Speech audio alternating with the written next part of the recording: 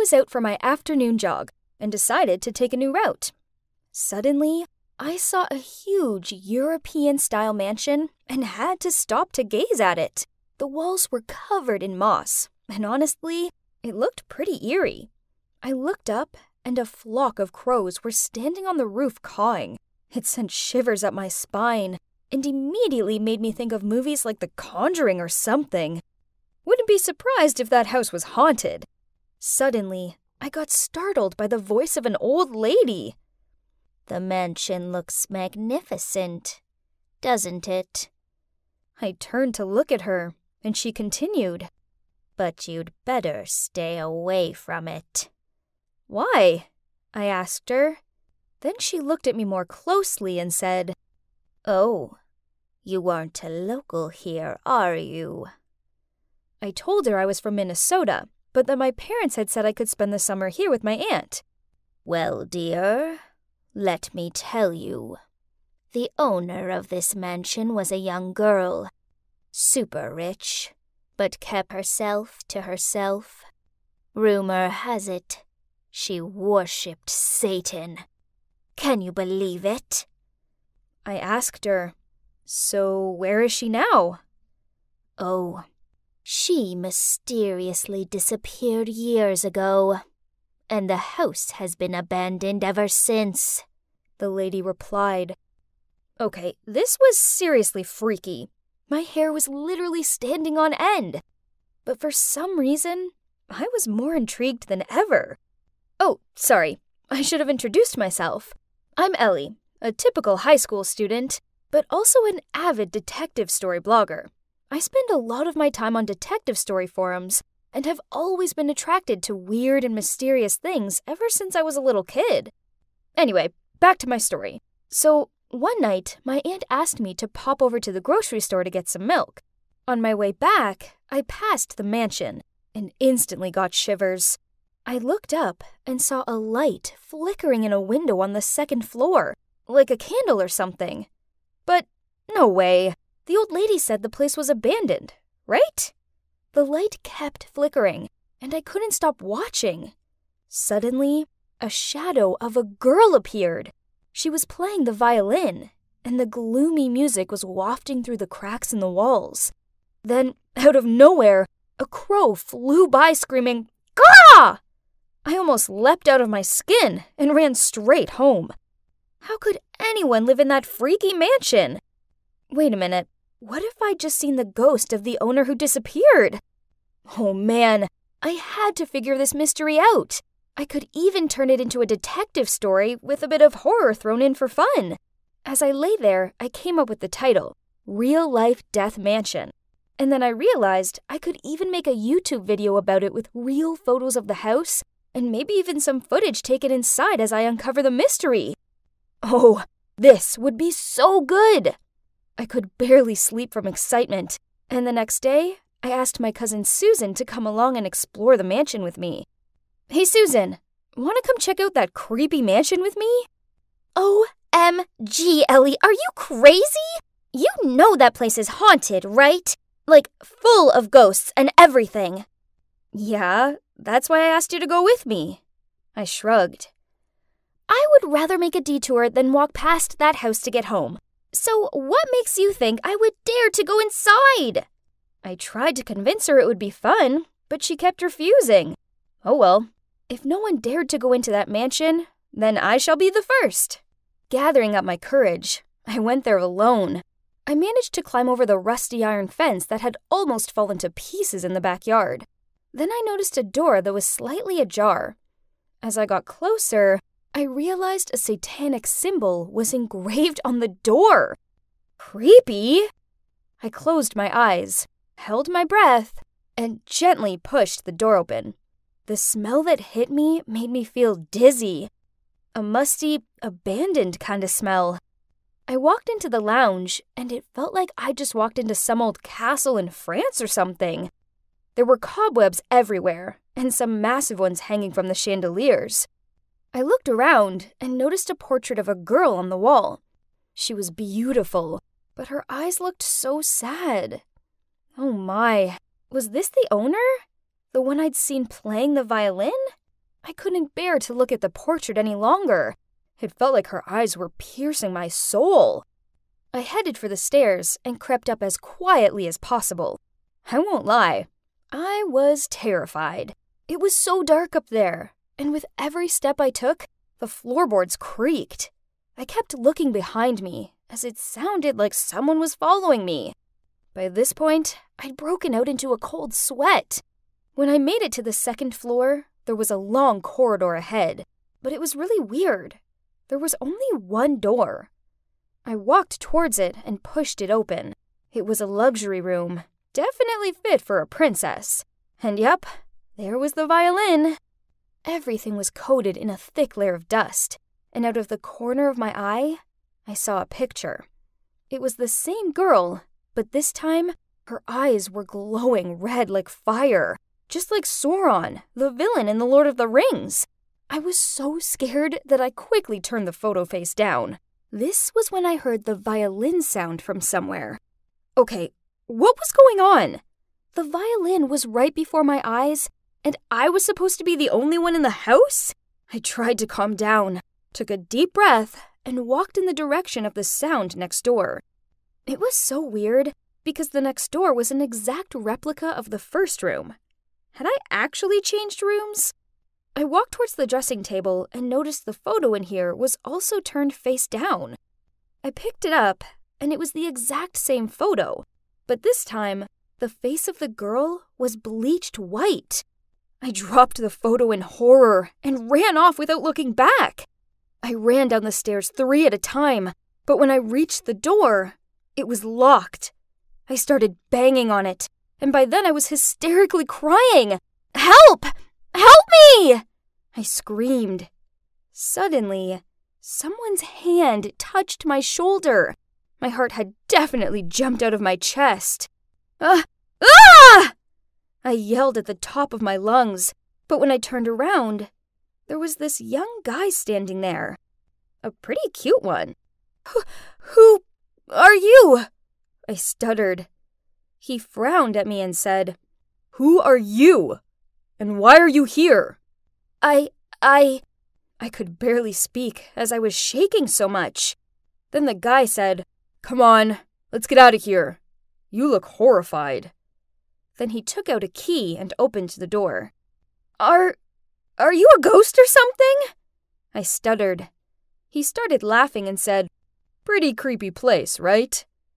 I asked him if he saw the photos too, and he said, "Yes, terrifying.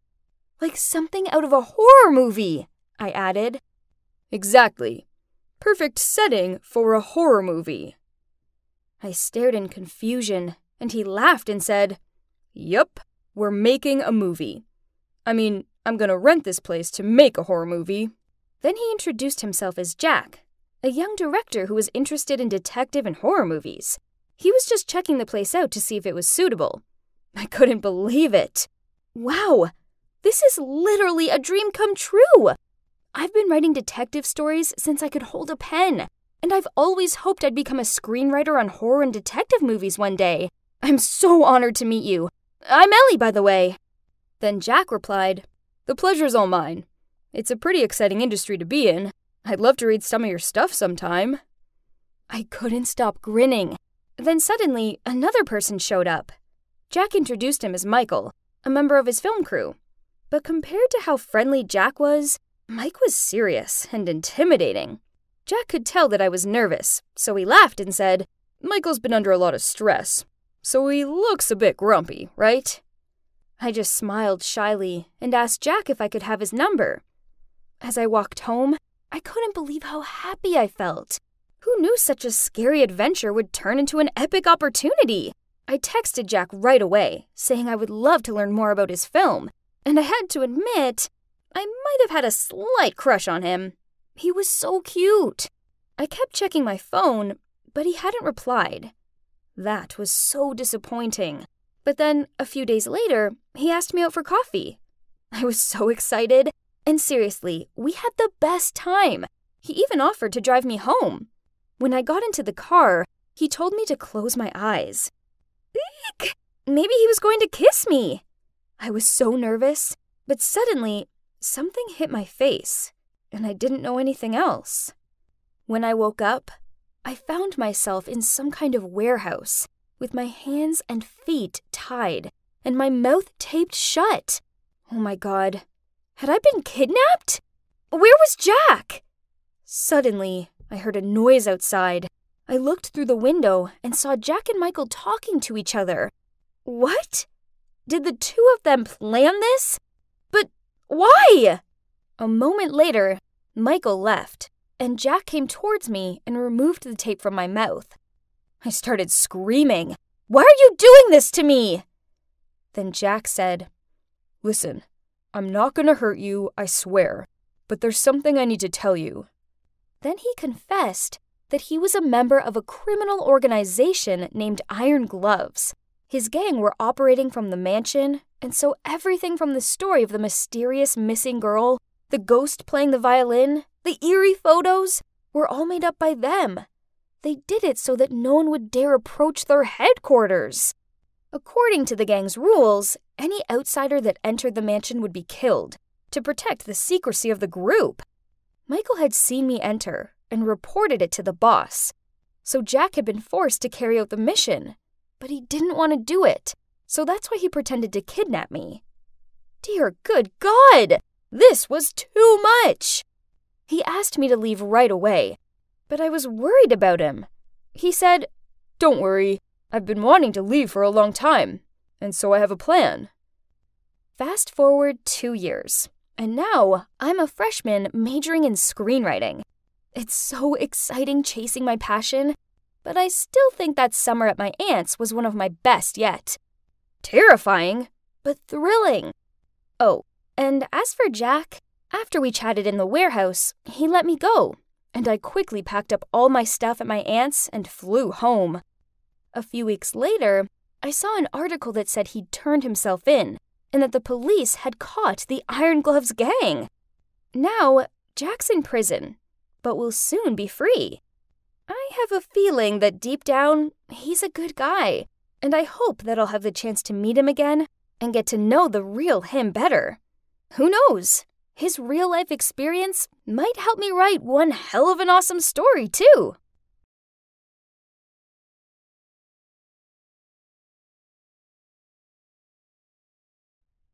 I can't believe it's been a year since Gerald passed away. I know it's been hard, but on the bright side, at least you still have your 2 wonderful daughters. Thank you. She smiled. Then she rubbed Jamie's head. I'm very proud of this one. Yeah. Jamie's pretty, Jamie's girly, Jamie's adorable. And I was just the other child.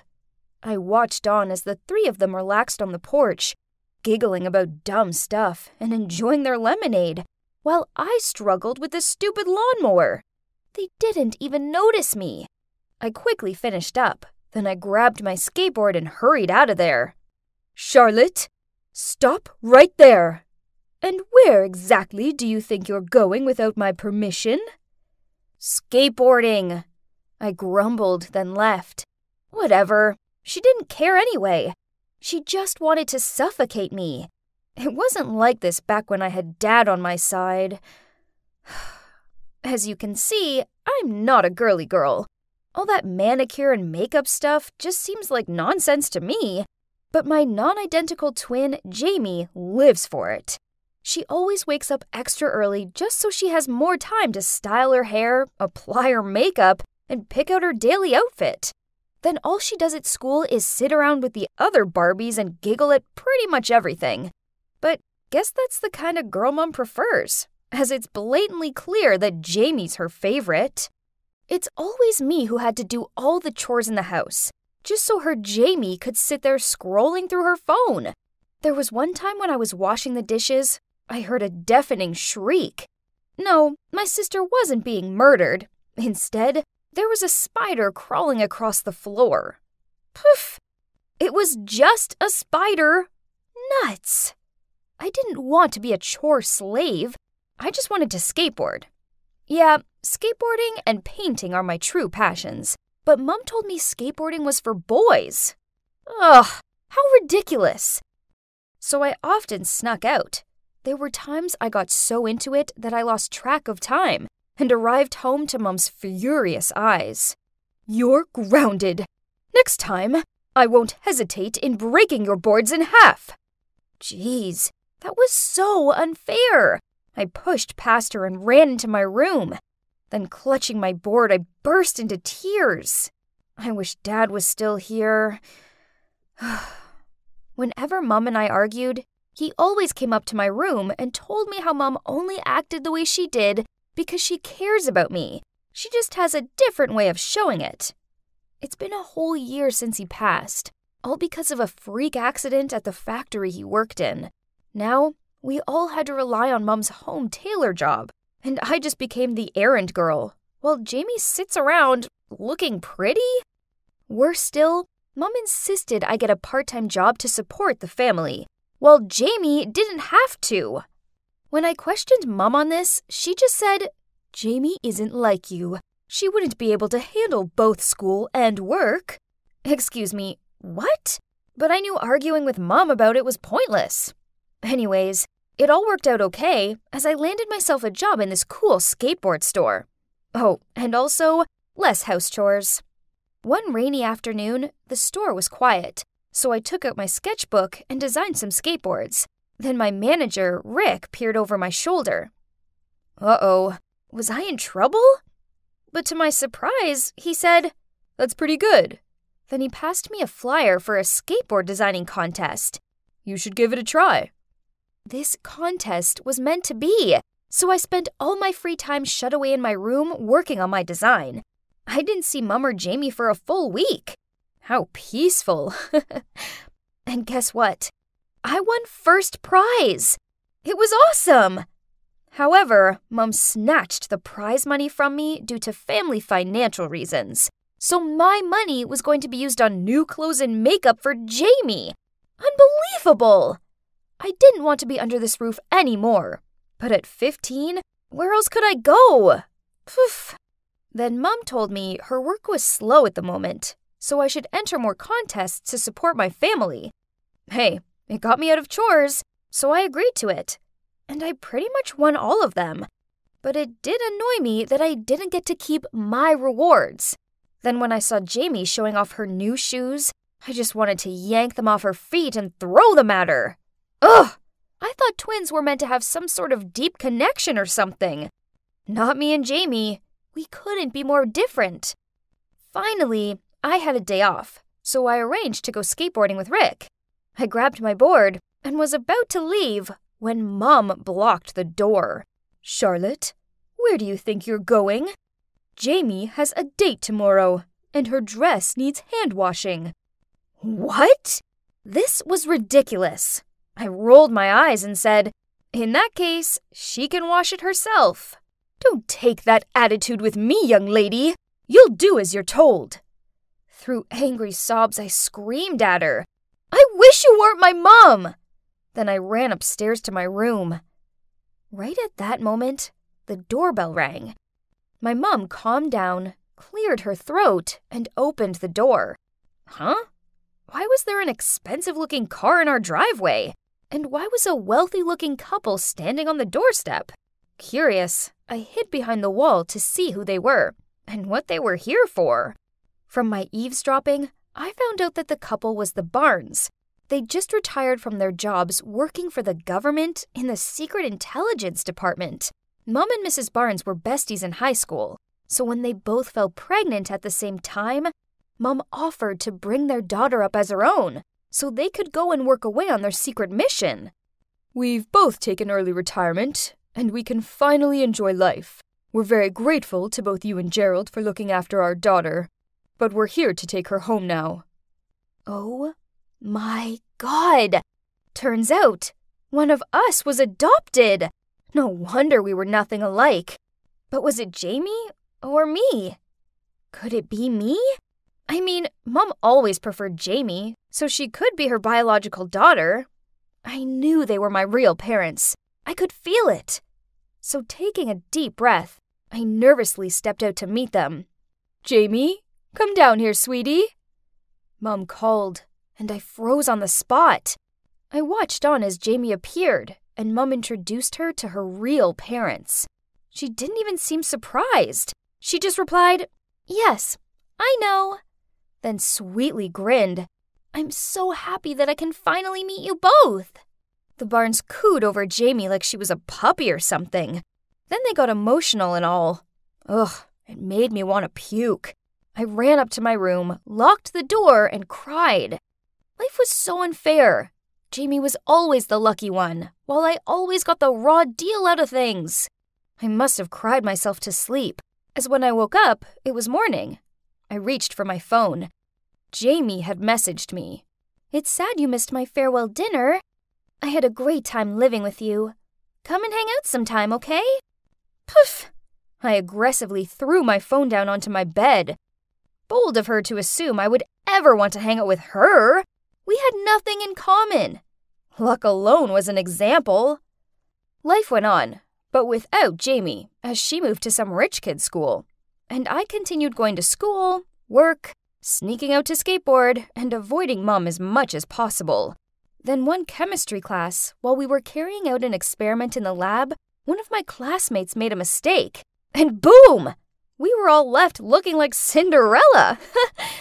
And that might have actually been the best thing of that day, since we were dismissed 2 hours early. Excited, I rushed home to get my skateboard, but I knew I needed to sneak past Mom so she didn't accuse me of skipping class.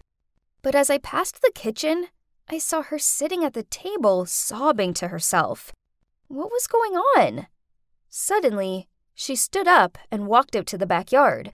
There was a leather notebook and a pen on the kitchen table, so I tiptoed over and took a peek. It looked like her diary.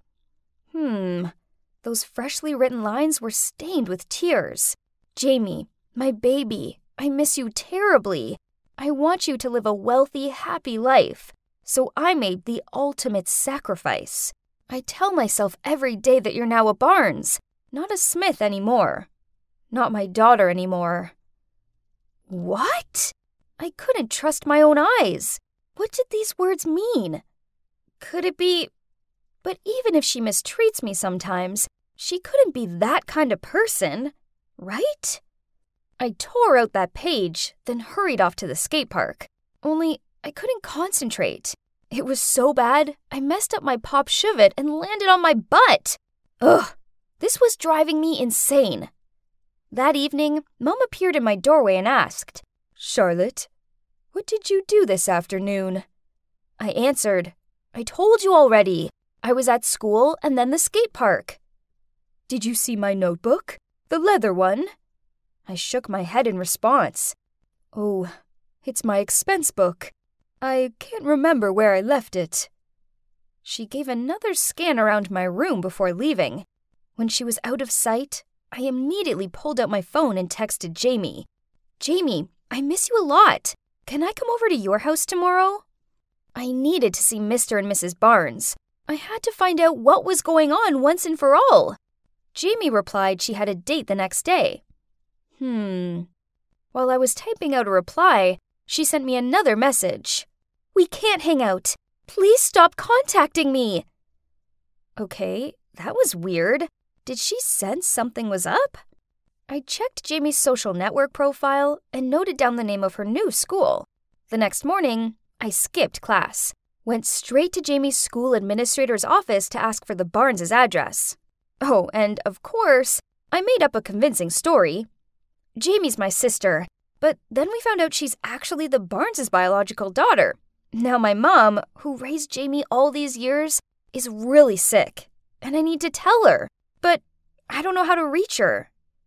Perfect! She handed me the address and even wished me luck. There was no point wasting time, so I skated my way round to the Barneses. As I rang on their doorbell, I could feel my heart somersaulting in my chest. I introduced myself as soon as they answered the door. "Hey, I'm Charlotte, Mrs. Smith's daughter, but I strongly believe I'm not Charlotte Smith because I have something to show you." Then I handed them the torn page from my mom's diary. They both turned ghostly pale, and Mr. Barnes even had to grip onto the doorframe to steady himself. I felt bad for putting them through this. I mean, what if I was wrong? So I suggested, let's just do a DNA test to be sure. A few days later, the Barnes turned up at our house with Jamie. They slammed 2 DNA test results down in front of Mom. I peered down at them. Whoa! Turns out I really am the Barnes' biological daughter after all! Mom gave this expressionless look, but then in a quiet voice she said, I just wanted Jamie to have a wealthy and privileged life. She's not as strong as Charlotte. She needs this more. Please don't blame her. She didn't know anything about this. Then she hugged Jamie and cried. Mr. and Mrs. Barnes looked overwhelmed. Finally, Mr. Barnes managed to find the words to say, Jamie's also like a daughter to us now. We will take care of her like you did with our daughter, but just stay away from us. He pulled Jamie away from Mom and guided her out of the house. Mrs. Barnes hugged me as she started crying. I found myself doing the same. This was my real mom holding me. Whoa, this was so crazy. I packed my things, but as I was leaving, my old mom called me back. Charlotte, I have something to give to you. Then she handed me a small box full of cash. This is your prize money. I put it away for your college fund. You better have it back. I'm so sorry. My sight blurred with tears. Dad was right. She still cared for me. My parents will forgive you. Then you'll soon see both of us again, I said as I hugged her tightly. Then I turned and left. A new life was waiting ahead of me.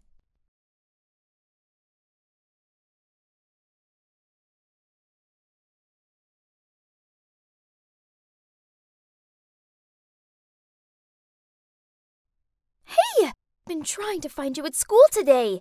I have big news, and it's bad. Real bad! Don't leave me hanging. Mom says we're defo moving to California by the end of the month. What? No way! That's a 2-day drive from here. Yeah, I know. But Mom's marrying David. The same David that's scared of spiders, cockroaches, and everything? Yeah, that guy. He's been trying to get her attention for ages, sending her flowers, playing the guitar on her porch. Then last week, he even climbed up the oak tree so he could hand her flowers through the bedroom window. Okay, that's kind of creepy. Ew. Tell me about it. But you know, the worst part is, I have to transfer to another school. No. Lisa couldn't move away. Who would I sit with at lunch? Who would I watch corny movies with? Ugh, we've been besties for years. We couldn't just be separated like this. No one would ever understand me like she did. We were like 2 halves of a whole. Her dad had passed away, so she only had her mom, while I only had my dad. And yep, that's my amazing dad. It's been just me and him for the past 10 years. I still remember that afternoon when my mom took her suitcase and left with another man. After that, me and Dad moved back here, to our hometown, New Hampshire.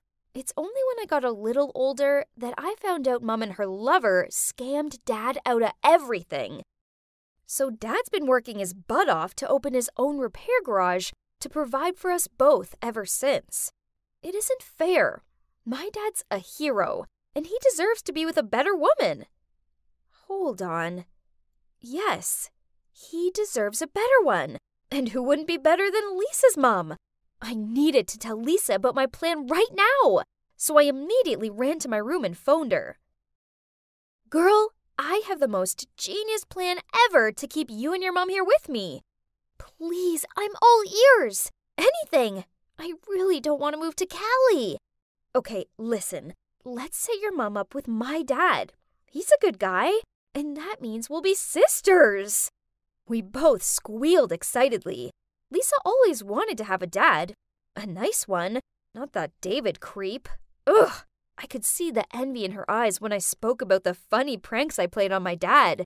Well, in contrast, my heart ached whenever she told me about the girly pamper days she had with her mom. Okay, first, research is important. We spent all night looking up their horoscopes, name astrology calculator, and even physiognomy. Whoa, they're a 98% match! But hey, nothing is perfect, right? Me and Lisa would make up for the missing 2%. The next day, we were both zombies due to the lack of sleep. But at least a proper plan had been set. I told Lisa to tell her mom, Mary, to come around on Saturday for my birthday. Yeah, it's not actually my birthday, but she's a presenter for a big news channel, so she's super busy.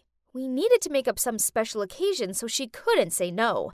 Then I told my dad to prepare his signature dish to welcome my special guests. There's no way Mary could resist.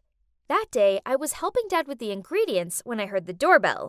I opened the door to see Lisa standing there with a pink frosted birthday cake. And by her side was her mom. Happy birthday, sweetie. This one's for you. Oh, something smells good. And so familiar. She continued. Hello? Mary? Jack? Why are you here? For Erin's birthday. And you? I'm her father. And FYI, today isn't her birthday. Yeah, jerk. Mary said under her breath while rolling her eyes. Excuse me? You dumped me for no reason. So what's that attitude? Oh, really? For no reason? My eyes darted from Dad to Mary. Huh? Why were they yelling at each other? This was very confusing, but I could guess that they used to date? OMG, what a small world! Okay, whatever, 'cause it's lunchtime now. And wow, Dad's legendary meatloaf smelled amazeballs. We sat down, and Mary glared at Dad as she took a bite of food. Then she blurted out, Oh wow, I guess some things never change, huh? Your food is still super salty. Oh really? But as I recall, someone still asked for seconds. Unbelievable! Excuse me, but do you know each other? Lisa innocently interrupted. There was an awkward silence. Then Dad said, Yeah, we do. But this is the first time I've seen Mary since we broke up, right after I visited her studio for the first time. Mary looked flustered as she replied, Lisa, you shouldn't have tricked me into coming here. Finish your food, then we're leaving. On hearing this, Dad ordered Lisa and me up to my room so he could talk to Mary in private. Only we hid behind the couch and listened in. Turns out, on that day, Mary took my dad to the studio to watch her first filming as a news presenter. After that, she'd passed by the waiting room and overheard Dad talking to someone. I clearly heard that person ask you how I looked, and you said I was still the same old Mary. Do you have any idea that I spent 2 hours in makeup and was excited to show you? Dad tried to chime in, but Mary wouldn't give him a sec. Worse still, later you even told them you were over the moon I wouldn't be your girlfriend for much longer. Thus, to intercept that, I had to break up with you first. Oh my. So my dad was a playboy or something? Lisa and I swapped confused looks, then continued watching the show. My dad was dumbfounded, and then he said in a helpless voice, Oh, Mary, things were not like that. I said that you look the same because you're always as beautiful as the day I met you. And about the other thing. Yeah? I prepared a ring to propose to you, so you'd no longer be my girlfriend, but my wife. What? So they broke up because of an absurd misunderstanding and lost contact since then. Jeez, I thought adults were meant to know what they were doing. It sure didn't seem like it at times. Mary gave Dad an awkward smile, and they said that they could be friends. Then she told him about David and how she was marrying him on the 22nd of December. No! We couldn't let this happen. There had to be another way of getting them together. But that road was full of thorns and spikes, especially when Dad dropped a bombshell. His new girlfriend, Lucy.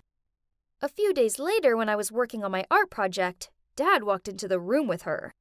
Excuse me? She was wearing this super tight bodycon dress and had at least 7 layers of makeup on. Ugh. Then she even dared to pick up the photo of me with Mom and smirked. Oh, how nice. I rushed over to her, snatched it out of her hands, and shouted, "Keep off my things! I don't like you!" She immediately glared at me. But then seeing Dad coming down from upstairs, she suddenly smiled and hugged me while whispering in my ear, "You don't, but you have to." Jeez, what a poisonous snake! But worse, when she left, Dad had this dumb grin on his face, and then he actually asked if I wanted her to be my new mom. Oh no, she'd hypnotized him for sure. In a rush, I called Lisa to tell her about it. She came up with the idea of asking her mom to join us at the Christmas market this week. Bummer. She refused. Apparently she had too much wedding planning to do. Ugh.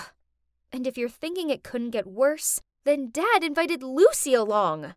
So Lisa asked her mom to let her stay with me for a few days, so we could teach this Lucy some lessons. May the pranking commence. That morning, Lucy showed up in this fancy light blue dress and ordered Dad to get her a chocolate-covered waffle. What a shame. I accidentally knocked it all over her outfit. Oops! Then a fake fly somehow fell into her hot chocolate. Her eyes almost bulged out of her head when she drank that.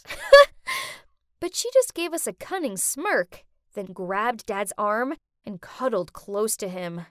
Unbelievable! But you know, diamond cuts diamond.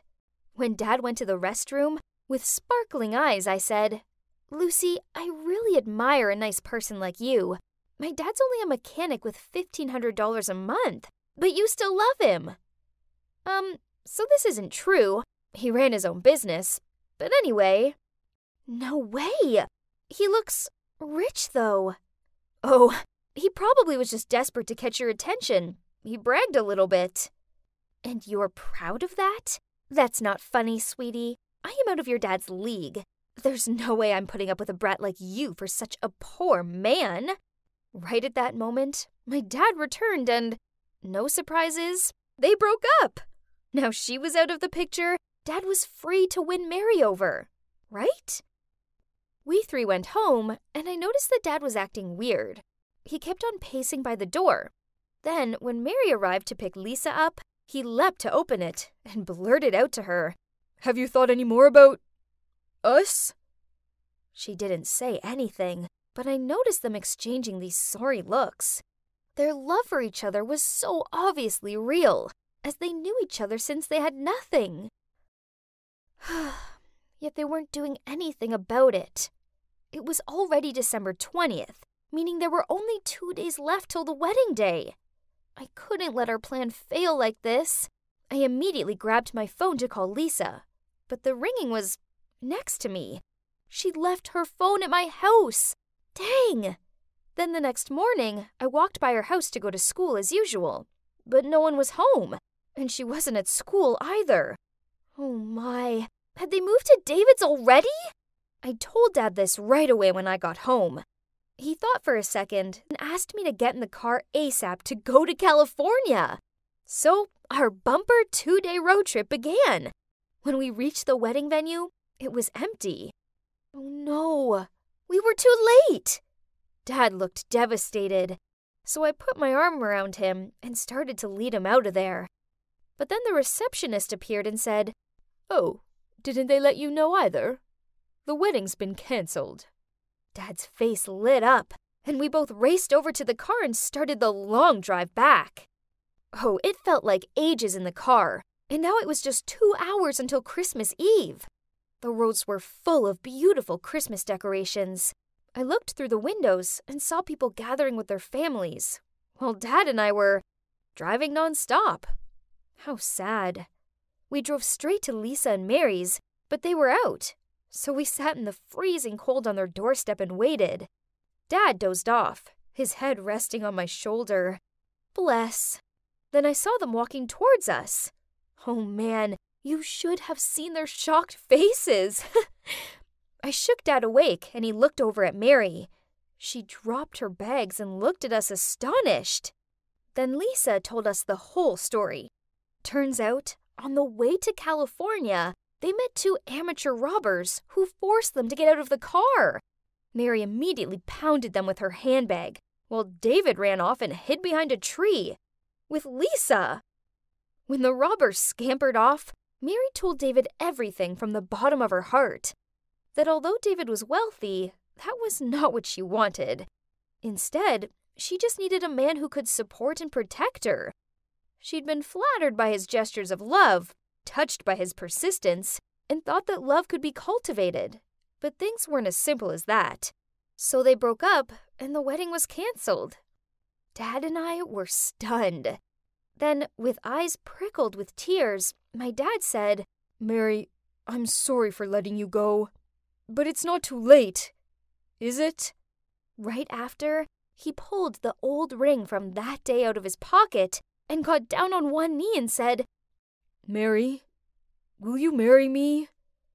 She cried out, "Yes!" Both Lisa and I were bursting with happiness. So now we both have a mom and a dad, and we're pretty much sisters. Yay!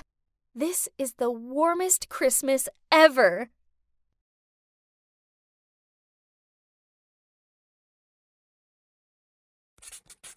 Come on, just let us see it for once. Not like it's that good. Ugh, what do these jocks know about art anyway? I quickly stooped down to pick up my precious drawings, and that's when I heard a voice. "Oh, do you like anime too? Is this a series Under the Moonlight? OMG, don't tell me you're Otazai." "Yeah." "Is it really you?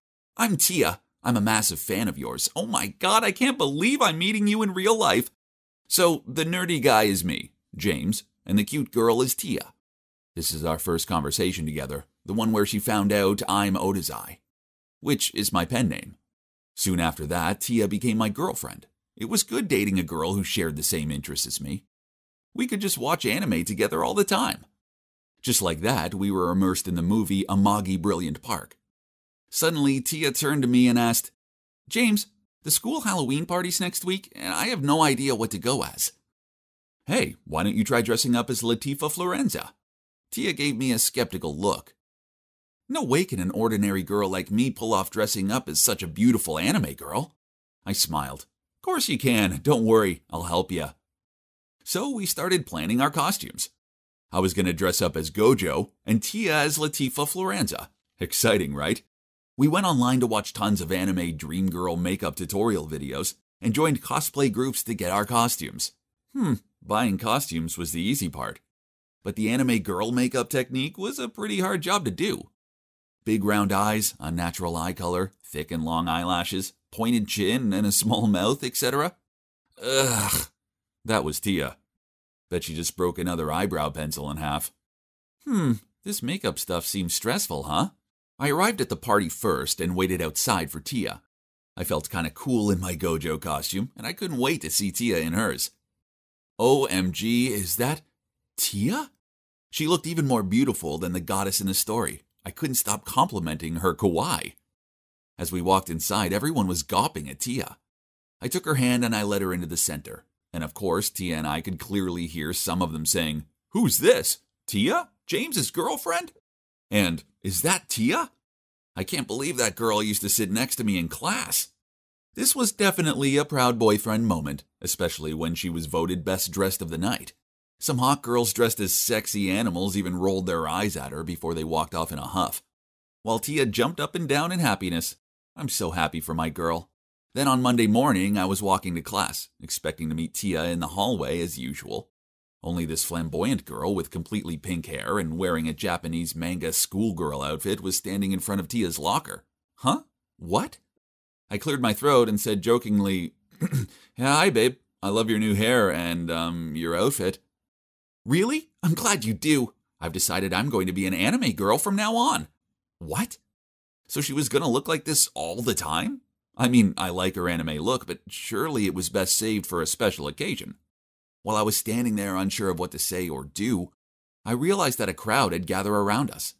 Well, around Tia. The one girl almost knocked me over as she ran over to Tia and asked for a picture with her. Well, I always thought I was the one around here who liked anime. Anyway, seeing Tia happily taking pictures with her admirers was pretty cool.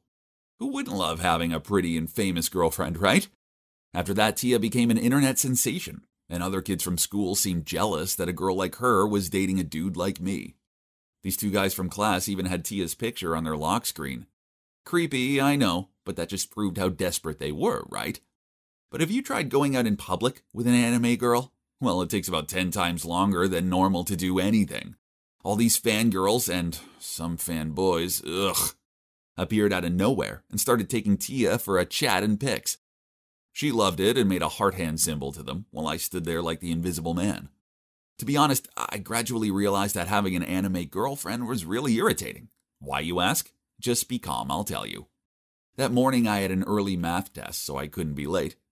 But I also had to pick up Tia, and she's nowhere to be seen, so I texted her. "Hurry up, please, my test starts soon." A few minutes later, she huffed away over to me and moaned out, "Ugh, thanks a lot.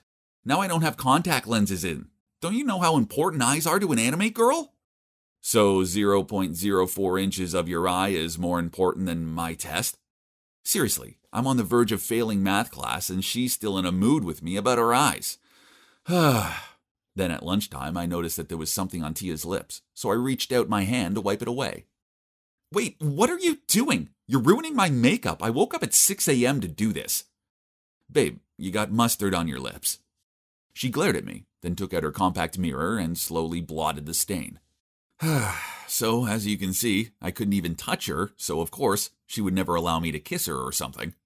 But honestly, I don't want that makeup to smear all over my face or my lips to turn to coral or purple either. Oh, not to mention how Tia became obsessed with her reflection.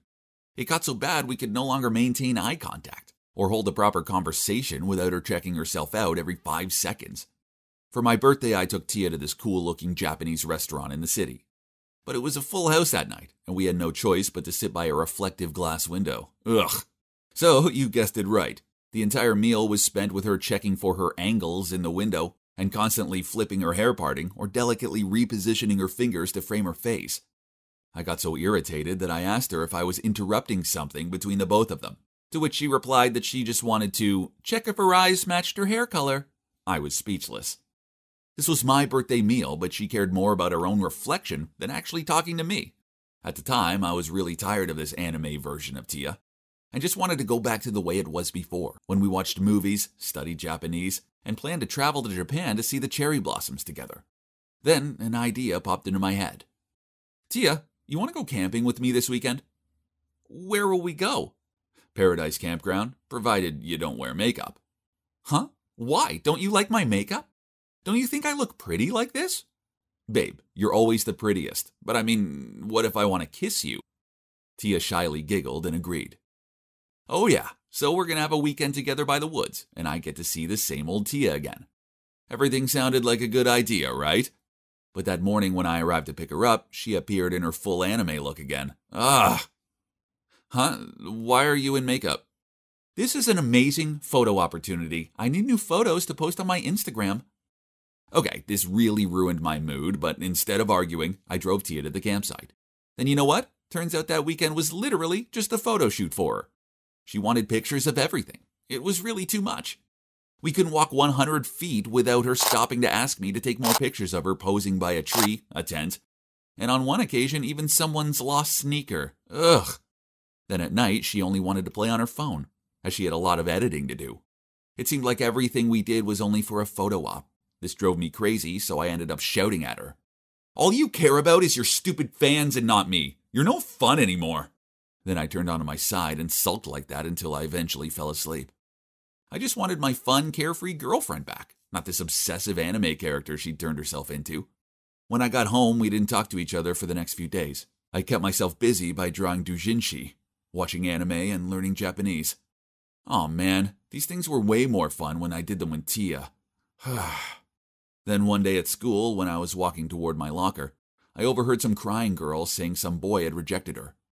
And her friends were consoling her, telling her that they would teach her how to put on makeup and give her a makeover so the next boy she liked wouldn't reject her.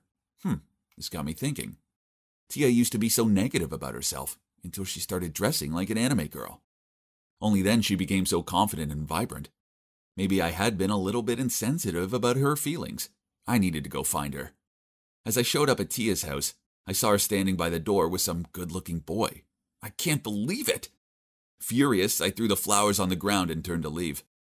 James, don't go! Just wait for me! I kept on walking, but then stopped as I heard the boy say, That loser doesn't deserve a hot anime girl like you, Tia. You like anime girls? Then go find yourself one in anime stories. I'm Tia, and I'm not just some character for you to look at. James, I'm sorry. Don't be mad at me anymore. I only tried to be an anime girl just because I know you like them. I let out a long sigh and looked at her. The truth is, I wasn't mad with her anymore, but I tried to keep a straight face as she continued. James, don't give me the silent treatment. I'm miserable without you, and I don't care when other people say I'm pretty. I only care about what you think. Then she burst out crying. I couldn't pretend I didn't care anymore. I wiped away her tears and cupped her face in my hands to look closely at the girl I love. But wait, under the smudged makeup, what are these tiny red spots exposed on her skin? Oh my God, what's wrong, Tia? I don't know. I was a bit itchy at first, and recently it's gotten worse. Concerned, I took her straight to a dermatology hospital. The doctor said Tia was allergic to some ingredients in makeup products and prescribed her medicine. Phew. Luckily, she just needed to stop applying the makeup for a while and use some special cream to recover. What if you go off me because I can't be an anime girl for a while? Tia, I love you for you. With makeup on or not, you're still the most beautiful girl in the world to me. Anyway, your health comes first. You really think I'm beautiful? Yes, really. Besides, this is actually better, because it means I can actually kiss you without looking like a clown. So Tia and I got back together. Tia finally realized that I love her for her, and I care about her health and inner beauty, not just her appearance. Now she doesn't wear makeup like an anime girl anymore. Well, unless it's for a party or a cosplay event. On a daily basis, she only has light makeup on. Regardless of this, she always looks perfect to me anyway. As for me, I'm working on a new doujinshi series called I Don't Need Attention, I Just Want Your Heart, which is inspired by Tia, and she's my muse, which she's super excited about. And the series will be published soon.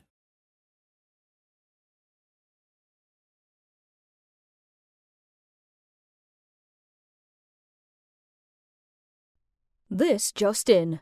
Due to the new wave of COVID-19, the authorities are imposing a nationwide lockdown, which is expected to last 2 weeks. The lockdown will begin at midnight.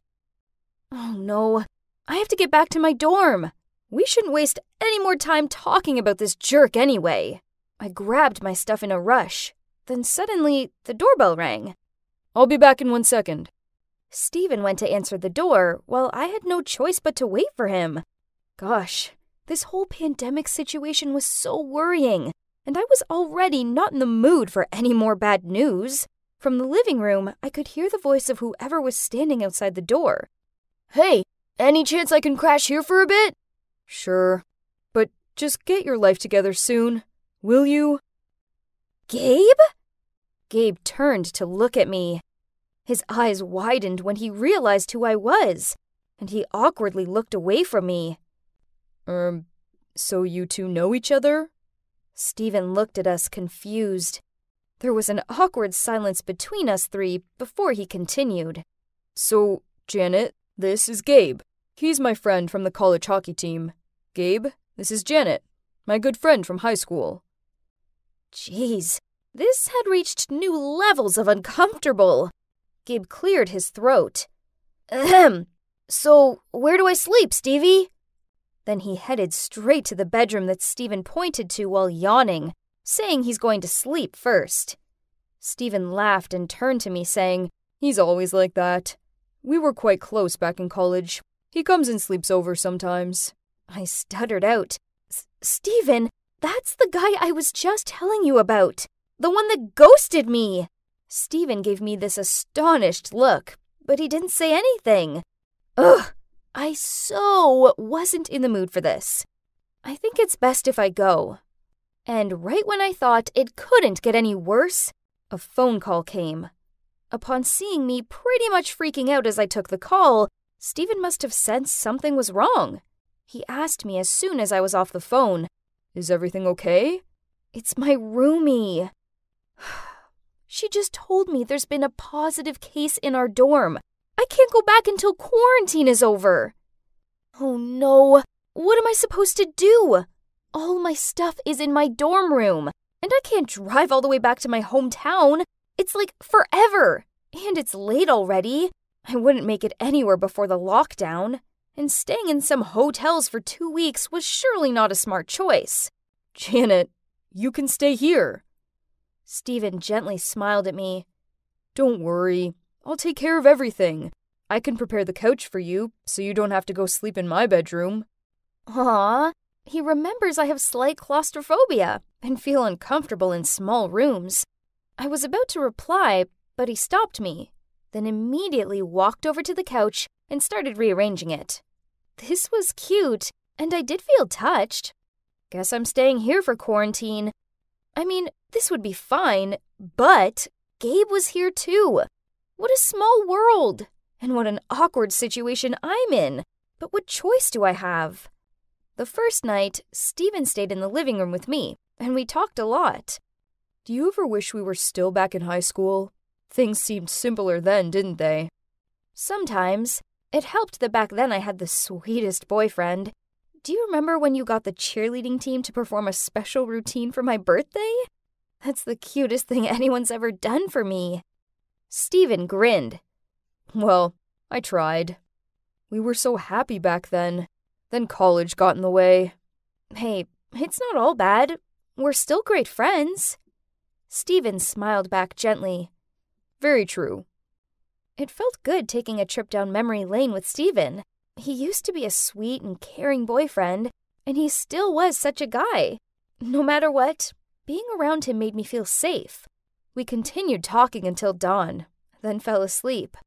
Much later in the morning, I woke up to the sounds of the fridge door slamming. Through blurred eyes, I made out that it was Gabe. He glared over at me before he stormed off back to his room. Ugh! Why did he hate me so much? Then I saw that he'd left pancakes on the table.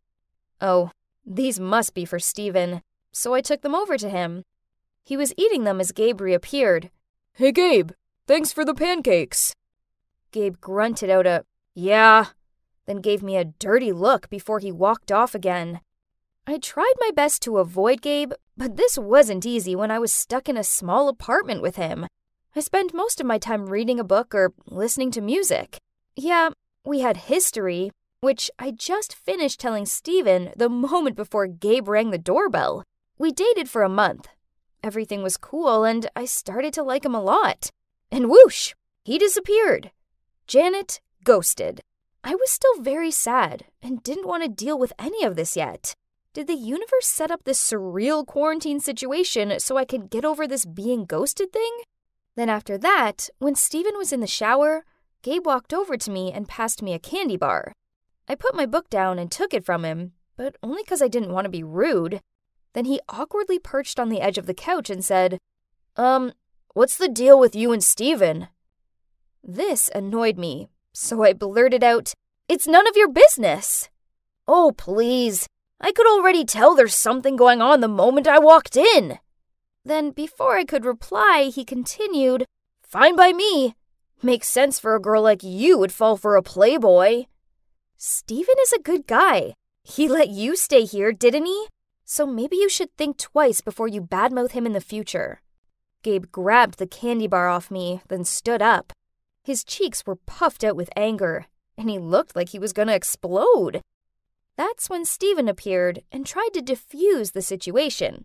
He led Gabe out of the room, but after that, I was too mad to read. So I sat there overthinking things and feeling even more annoyed than ever.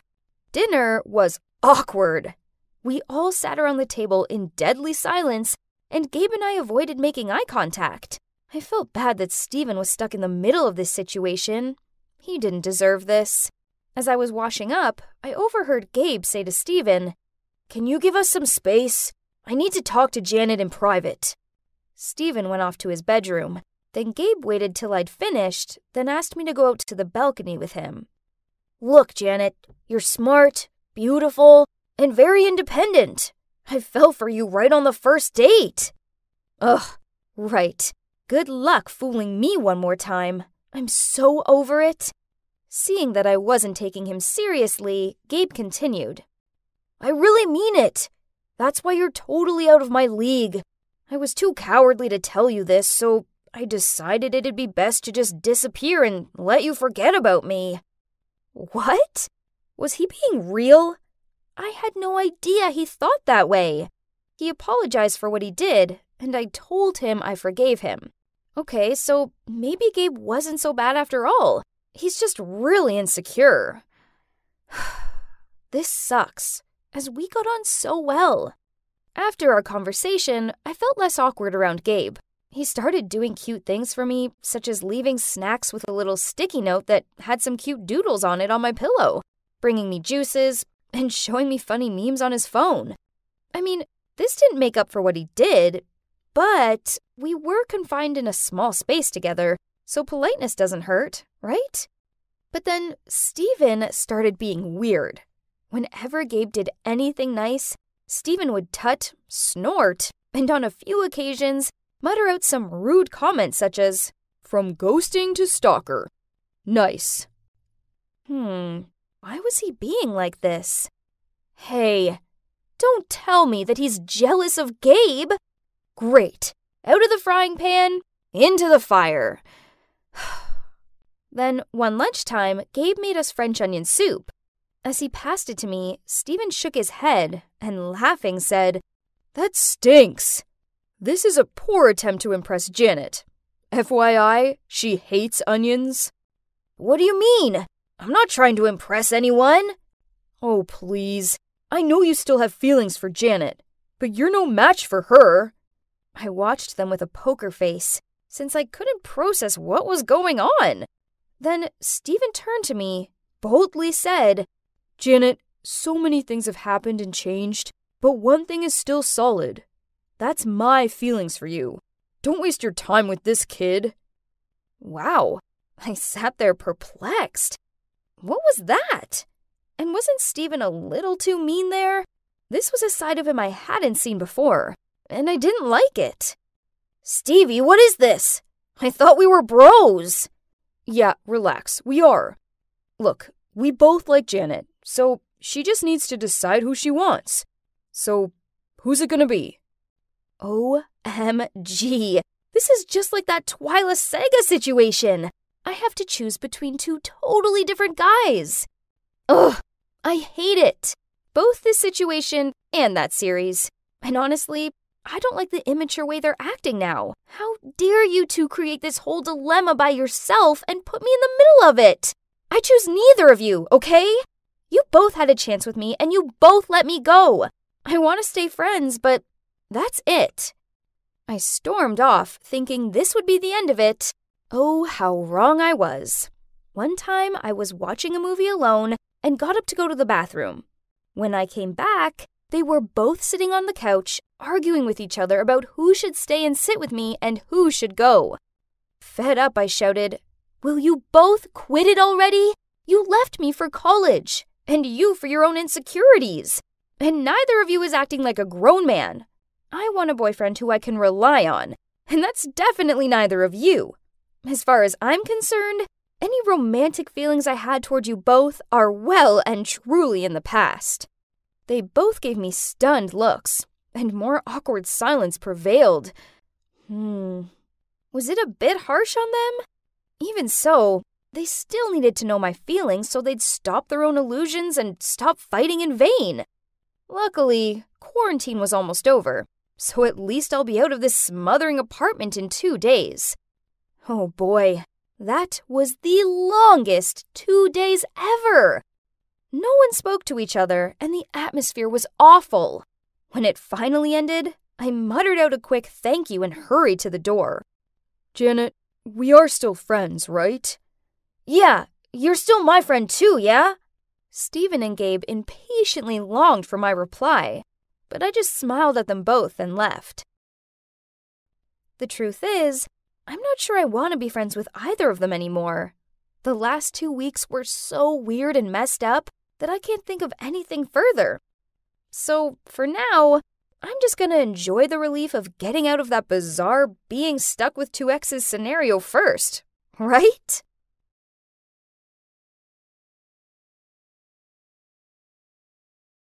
Did you hear anything I just said? Oh gosh, sorry. And, no.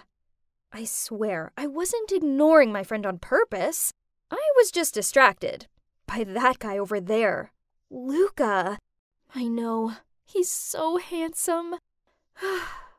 The best part is, he's single. Yep, he broke up with his girlfriend a few months ago. And today was the day I, Michelle Summer, would make Luca Rodriguez my boyfriend. I mean, his heart had to have healed by now, right? The only class I shared with Luca was French, so it was now or never. I wrote a love letter and asked the guy behind me to pass it to Luca. My heart started beating faster and faster until my teacher, Mrs. Davis, intercepted it. Who's passing letters in class? Nobody, huh? Let's see what's so important it can't wait until break. Wait, was she seriously gonna read it in front of the whole class? I watched her slowly open the letter. Oh man, someone sweep in and stop her, please! Dear Luca, I was struck by the lightning of love right from the first time I saw you. I can't stop thinking about your cute smile and how I could drown in your deep blue eyes. I like you, and I was wondering if you like me too. The whole class burst out laughing, but luckily for me, Mrs. Davis left my name out. Phew! I glanced over at Luca. He looked so embarrassed. What a massive fail!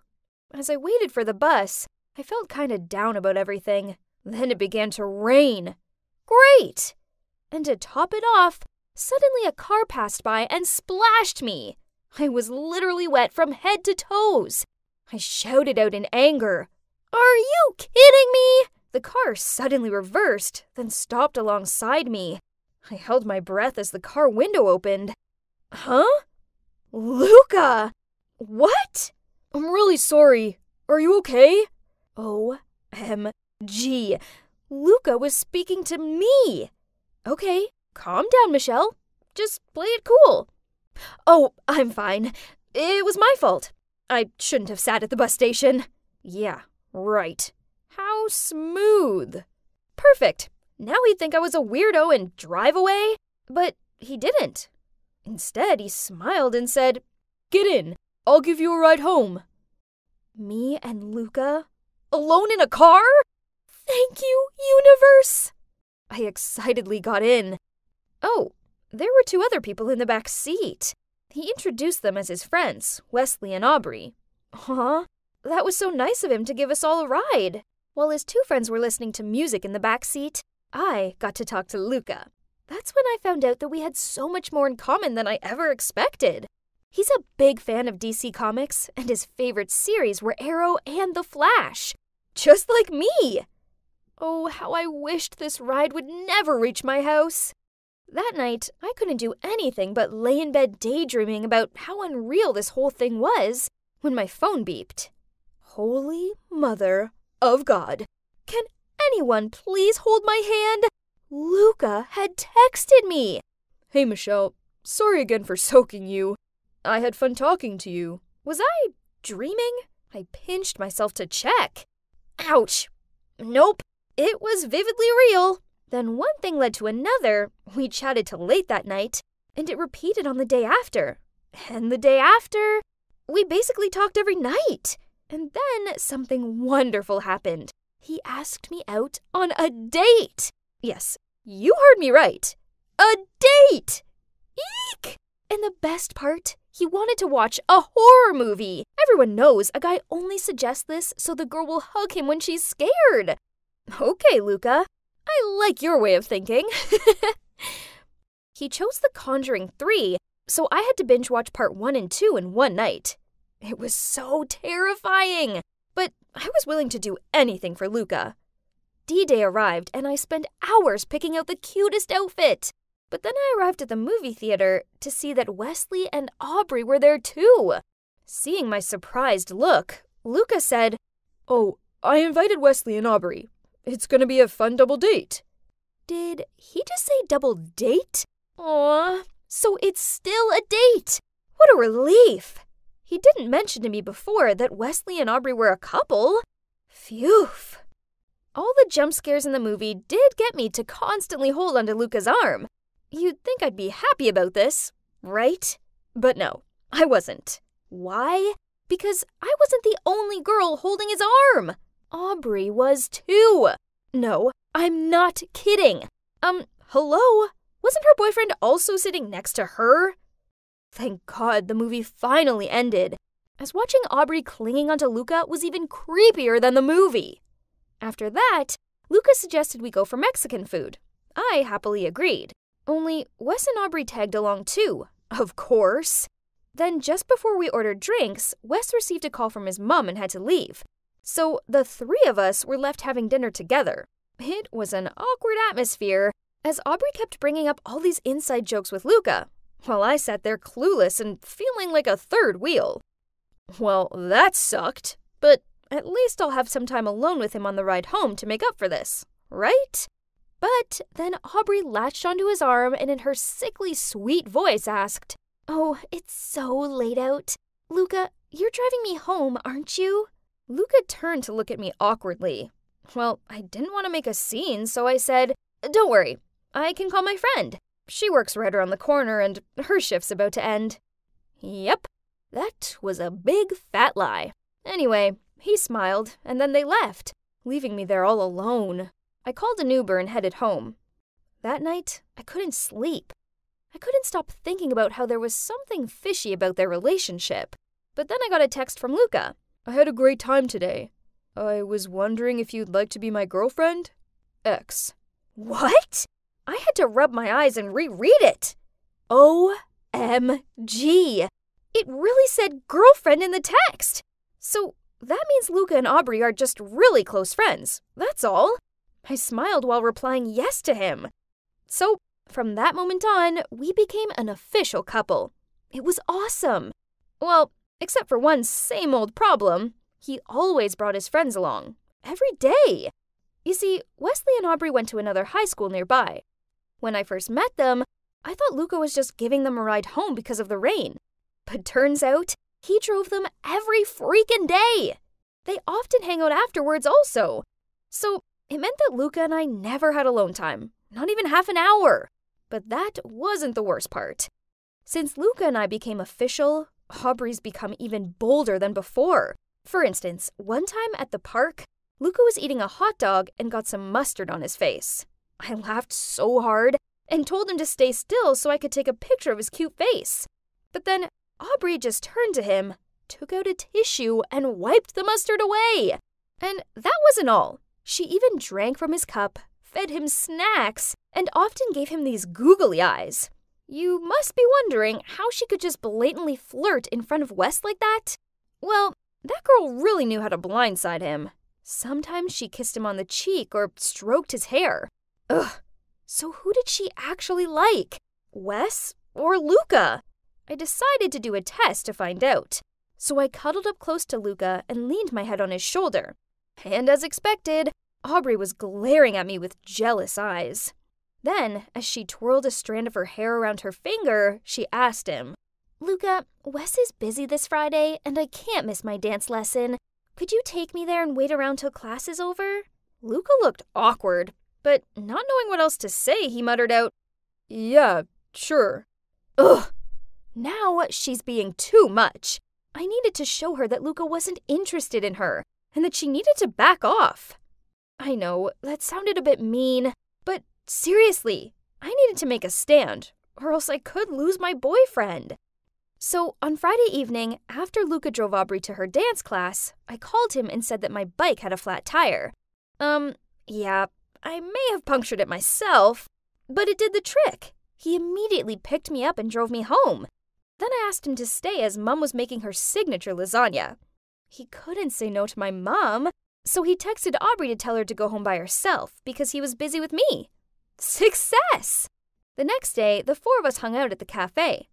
Luca noticed Aubrey looking a bit tired, so he asked, "Hey Aubrey, are you okay?"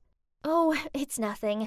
After dance class, I walked home and it rained all of a sudden.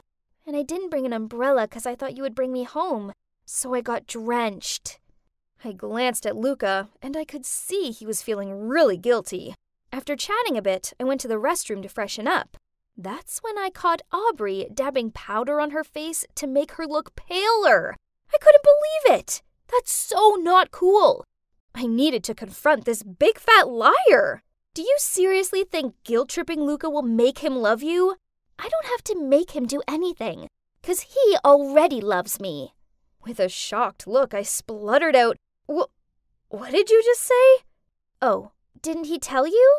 Luca and I used to date, but then I got tired of him and broke up with him. He was so devastated. Now, seeing him with you, I realized I made a mistake. He should be with me. My God, I couldn't believe what she just said. How could he hide this from me? I couldn't contain my anger anymore. You're just a psycho who likes to play dirty tricks all the time. Then I stormed out of the restroom and bumped into Luca. Did you just yell at Aubrey? Don't be so mean. She got sick because I hung out with you yesterday. Ugh, just great. Now Luca only overheard me screaming and thought I was the meanie now. But then I realized Aubrey was right. Luca was clearly still in love with her, because if he wasn't, he would have asked for my side of the story first, before defending her so quickly. Luca, I think we should break up, as you clearly still have feelings for Aubrey. Then without letting him say anything, I brushed past him and left. The next day, I decided to wake up early and go for a run, to try and clear my head. But as soon as I opened the door, I saw Luca standing there. I acted like he was invisible and was about to walk away, but he grabbed my arm and said, "Please, Michelle, at least hear me out." So we sat on the porch and Luca opened up to me. Turns out it was true that Luca and Aubrey used to date, but they argued all the time, so he ended things with her and they stayed friends. He didn't mention their past relationship to me because he thought it wasn't a big deal, as it's all over now. He said that after I broke up with him, he spoke to Aubrey to figure out what had happened between me and her. Then she confessed that she was still in love with him and was only dating Wesley so she could be around him. Luca rejected her, and she started crying, which caused her makeup to smudge. That's when he realized I was right about her faking being sick, and he made it clear that her sneaky behavior meant they couldn't be friends anymore. Michelle, I'm sorry. I should have seen what she was doing and put you first. I promise it won't happen again. Poor Luca. I couldn't stand seeing him looking so gloomy. To be fair, all he did was just trying to be a good friend to Aubrey. He deserved another chance, right? So, smiling, I gave him a big hug. From that moment on, things between us were great again. Wesley eventually found out that Aubrey was only using him to get close to Luca, so he broke up with her. Our love story was surely a bumpy ride, but it was all worth it, 'cause I truly love Luca, and I also love how he cares about his friends and wants to spend time with them. So I only asked him for some alone time every Friday. Talking of Fridays, I can't wait for this one, as Wesley told me that Luca's prepared something special for me. Eek! I'm so excited! Sorry guys, but you won't know what it is, as my story has to end here. Maybe next time!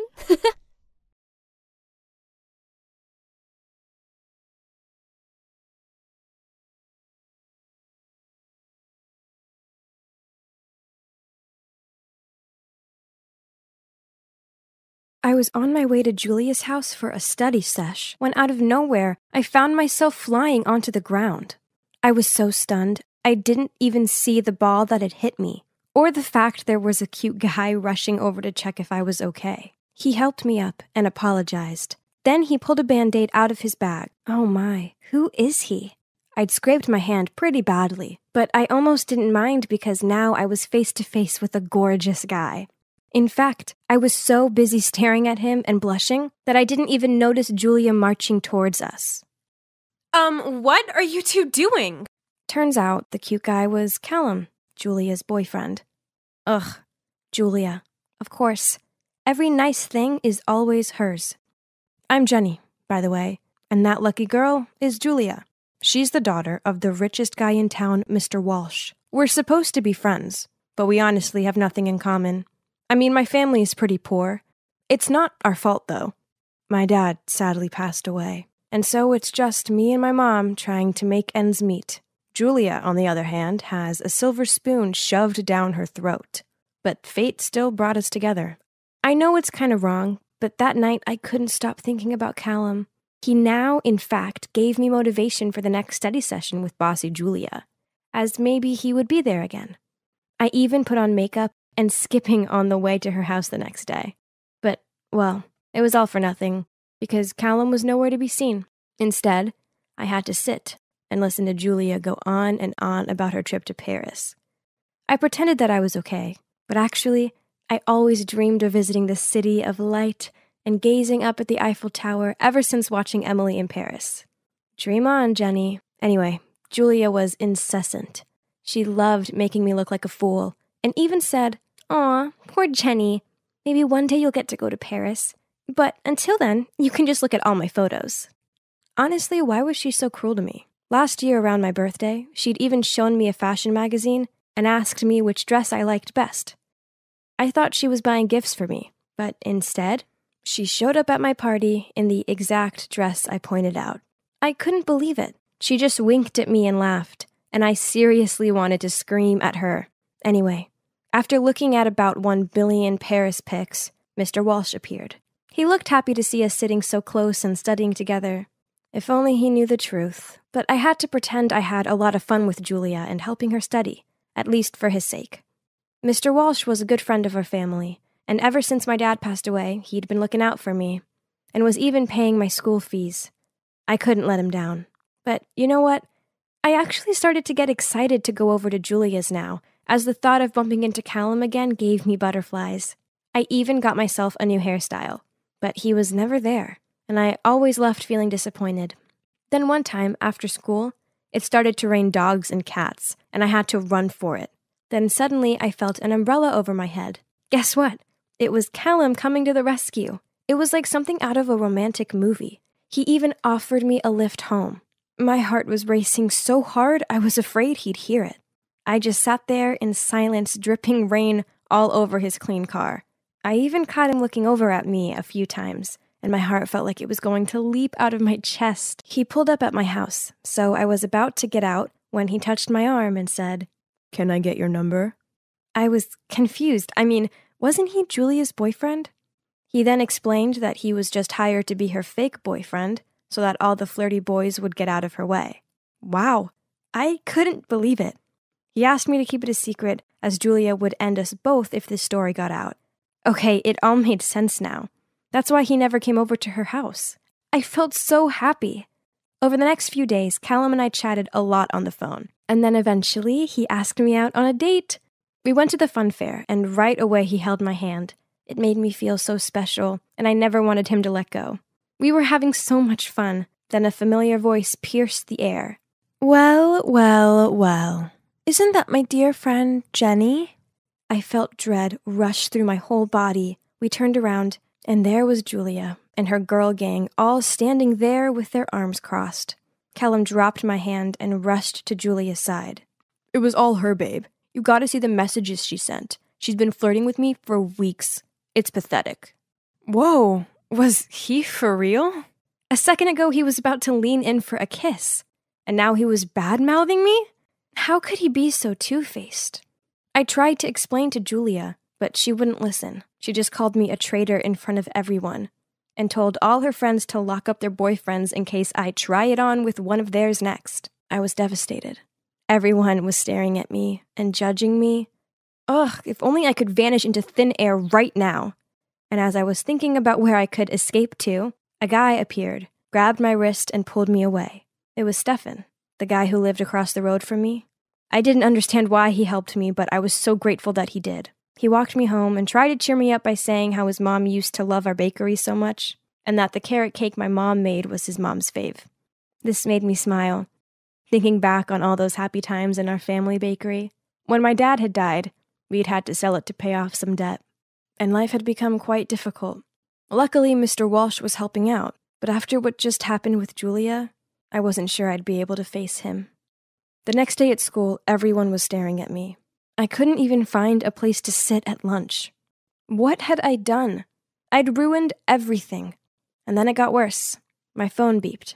It was Mr. Walsh. He said he was so disappointed in me and that I no longer needed to come and tutor his daughter. I wanted to cry, and at the same time I felt so much relief. But then I read on and he said, "I'm sorry, but I can't keep my promise anymore. I'll continue to subsidize your school fees, but you'll have to figure something out for college. Good luck." My heart plummeted.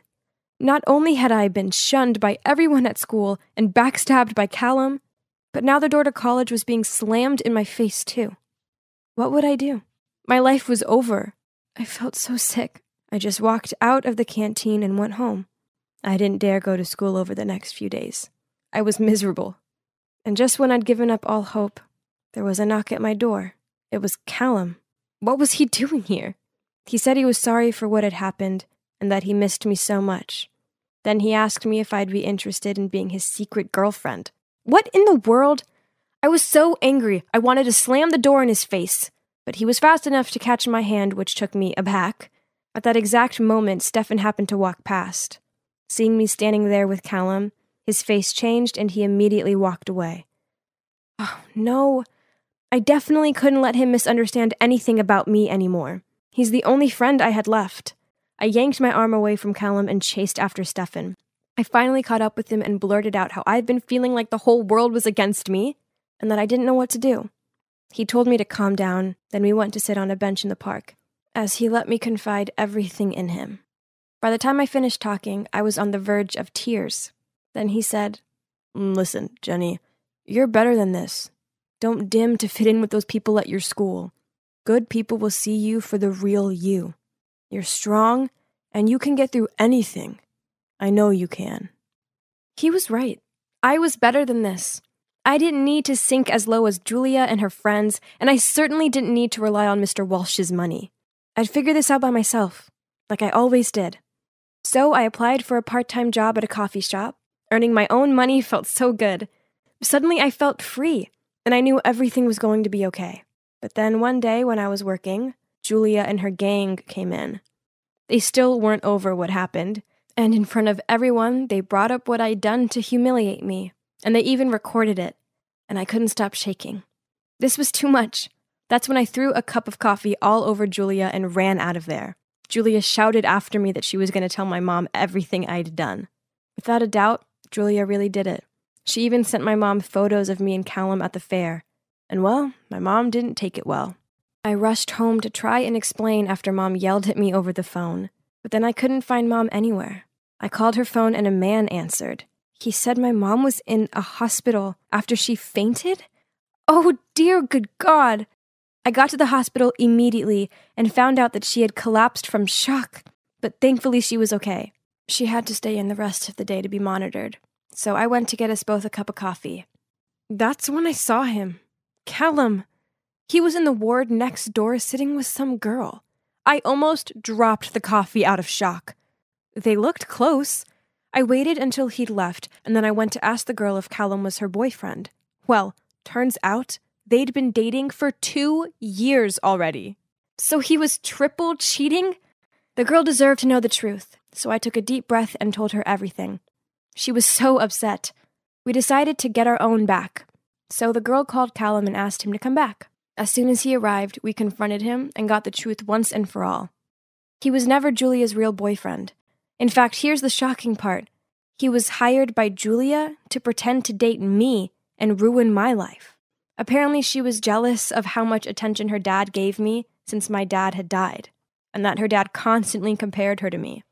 He kept apologizing to his girlfriend, saying how much he loved her, and that he only agreed to help Julia so that he could earn some money to help pay for her medical bills.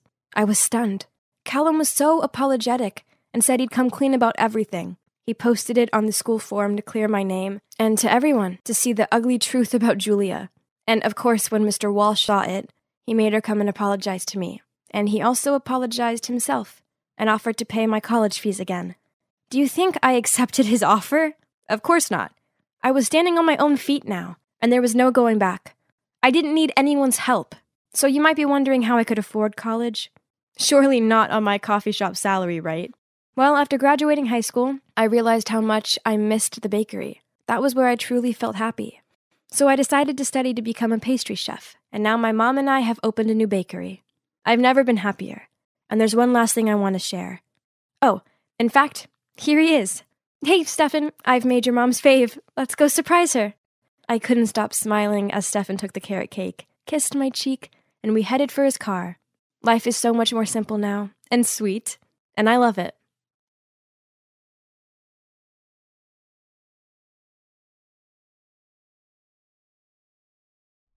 Five, 6, 7, 8. Wow, honey, you're so good. Oh no, now I'd lost count. How long had she been standing there for? Oh, sorry. I didn't mean to startle you. Can you teach me some moves? I hesitated, but I didn't want to sound mean, so... Sure, Carol. Come in. I'll show you some of the basics. I did some simple moves for her to follow, but... Oh man, she was awful. Seeing an out-of-shape, middle-aged woman attempting front lunges and high Vs isn't something you see every day. But I did appreciate that she was putting the effort into getting to know me. Oh, sorry. You must be wondering why I was calling my mom by her first name. Well, she's actually not my mom. She's my stepmom. You see, my mom passed away when I was 10. Then last year, when I turned 15, Dad started seeing someone again with help of a matchmaker. And he thought it was important for me to have a mother figure, and that's how we ended up marrying Carol. I enjoyed having bonding time with Carol, but it quickly became kinda uncomfortable. She watched me practice my cheerleading moves every night, started up conversations about the boys at my school, and she insisted on binge-watching TV series with me. Yeah, you all must know how awkward it is having an adult sitting next to you while there's some romantic kissing scene on the screen, right? Jesus, I needed my privacy. Then one time, I arrived home from school to find her in my room, going through my makeup. Donna, sweetie, how exactly do you use this? Okay, so this was a bit too much. She's crossing some lines here, messing around with my stuff without asking, but I couldn't bring myself to get mad at her either. You see, Carol is the definition of an ideal housewife. She's such a kind-hearted woman, and she always kept the house immaculate and cooked delicious meals.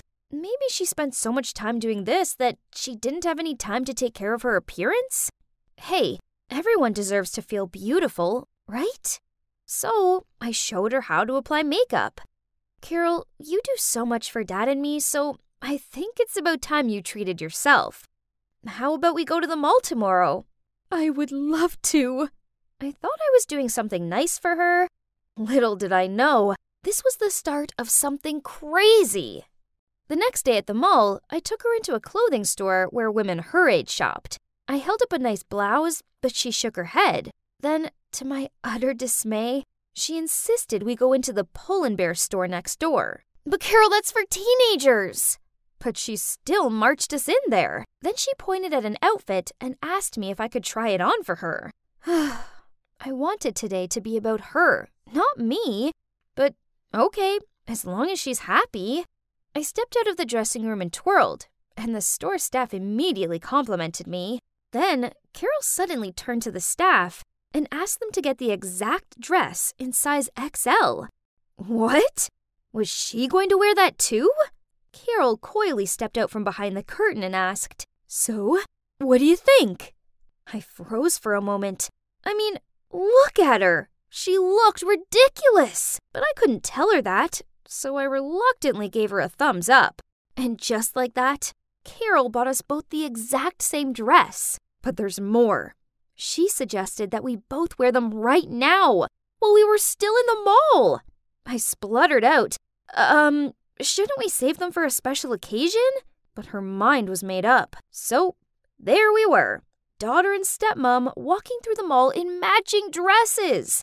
I could feel all eyes were on us. We even ran into one of my friends, and she mistook Carol for my cousin. At least, that was until she saw Carol's face. That poor girl looked like she'd just seen Annabelle. Carol sure was flattered, as on the way home she beamed as she said, "To think, your friend thought I was your cousin. I should dress like you more often. It takes years off me." And I kid you not, She actually meant it. From that moment onward, she started dressing like a teenage girl. Or, to be precise, like me. Exactly like me. Apparently, I was the only one finding it weird in the house, because my dad said nothing. I needed to talk to her, or else someone at school would see me and make fun of me. So that evening, I went downstairs to see Carol sitting on the couch reading some magazine. I took a deep breath and said, Carol, can we? Oh, hi, sweetie. Look, I'm choosing a cake for your upcoming birthday party. I hope that's okay. Oh no, why is she always so sweet and kind? This made me feel so bad. She's doing so much for me, and all I do is complain. So obviously, I didn't bring up the subject of her copying my style. That's just trivial, right? Instead, I sat next to her and we talked about the birthday party. Then she showed me some pretty dresses on her phone and asked me to pick one for my party. I really like this one. Carol smiled. Oh, that looks lovely. Great choice, sweetie. Imagine how stunning we'll look in these. We? Oh no, not again. It had to be now or never to talk to her about this. Carol, I don't think we... But at that exact moment, my dad arrived back from work. What are you two still doing up so late? Before I could say anything, Carol ran over to him. Donna and I are going to wear this dress on her birthday. What do you think? Great. Anything that makes my ladies happy. I couldn't go through the humiliation of being dress buddies with Carol for one more time. On my special day, I needed to do something. I had a plan, but the timing had to be faultless. So, on the day of my party, when Carol was ironing her dress, I rushed in and told her that the delivery guy had just dropped off the wrong cake. Carol freaked out and ran downstairs immediately. Ha! It worked! Now, let's get started. And, well, 10 minutes later, as expected, we all heard a loud scream coming from upstairs. Dad and I rushed in and saw Carol sitting on the bed crying into the dress. Darling, what's wrong? She held up the dress. Look, it's ruined! There was an iron-shaped burn mark on it. Yep, you guessed it. It was all me. When Carol left the room, I turned the iron's temperature to max. My God, I really had to pinch myself trying not to laugh. But suddenly, Carol turned to me and in a serious voice said, You need to change to another dress. What? She can't be serious, right? It's okay, Carol. You can just wear another dress. I don't mind. No, it's not okay. We've planned this. Go get the blue one that we both have. Listen, I don't think we should dress the same. It's just weird. Then my dad jumped in. There's no time to argue. The guests are already waiting downstairs. So, Donna, go get changed. Ugh, unbelievable. It was so embarrassing. All my relatives were complimenting us, but I knew they were really laughing inside. My friends, on the other hand, were sniggering and telling me we looked like a budget version of the Olsen twins. I thought that day was already a nightmare, but then it got extremely annoying when she even started to copy my behavior. One evening, my boyfriend Thomas came over and we were all eating pizza in the living room. I took a bite and said, OMG, delish! And the next thing I knew, Carol was quoting those words of mine as she sipped on her Diet Coke. Cringy! Then later, when Thomas had to leave, I walked him to the door and I squeezed his cheeks as a cute little goodbye, since we couldn't exactly kiss or anything in front of my parents, obviously. But guess what? Just under 5 minutes later, Carol suddenly sat closer to my dad and did the exact same thing to him. It was so weird, and my dad wasn't really impressed either. But here comes the worst part. A few days later, my friend had sent me a link to Carol's TikTok account. Oh my days! It was a video of my dad, and it had thousands of likes. Then suddenly, I heard noises coming from downstairs. Carol? Carol! Carol scampered out of the kitchen looking clueless. What's wrong, honey? What's wrong? My colleague just sent me a video of you playing a prank on me. Everybody has seen it. even my boss, my customers, everyone! How am I supposed to go to work now? Ruining my career. Is that what you want? So much for being an accident. Yup. The video I was talking about was this one, where Carol baked a fruitcake for my dad and then smashed his face into it. Then, when he looked up, he had 2 strawberry slices stuck to his eyes. He kinda looked like that creepy clown from the movie It. She uploaded it on her TikTok account, and it instantly got viral. I played that prank on my friend a while ago at our slumber party, but I didn't expect that Carol would copy it. Get out of my house! My dad's shout took me aback, while Carol burst into tears and begged. Please, honey, don't do this. I'm sorry. But my dad didn't listen and just told her to pack and stay out of his sight immediately. As she started to move, I grabbed her arm. Carol, wait. I know that you've been copying my clothing style and my behavior, and now this TikTok. But you must have a reason for that, right? Carol nodded, so I calmed Dad down, and we sat down with her as she sobbed out. My first husband often made fun of my dreary appearance. He even banned me from going to his family events, as he said the way I looked was embarrassing for him. Then eventually, he couldn't stand looking at me anymore, so he handed me the divorce papers. Now I'm with your father. I worry he too will get irritated by my looks, and I'll be abandoned again. But he adores you. Therefore I thought that if I tried to be more like you, then he'd adore me too. My God! Carol's ex is such a jerk! How could anybody want to get a divorce just because their partner didn't have the best dressing sense? I hugged her tightly and said, "Nobody's going to abandon you. You're a part of this family. But how about we find you a new style of your own, instead of copying mine, okay?" Carol nodded at me with a light smile while still sniffling. My dad eventually calmed down, apologized for overreacting, and came over to join us in the hug. So, after that, I started helping Carol with the house chores so she had more time to spend on herself.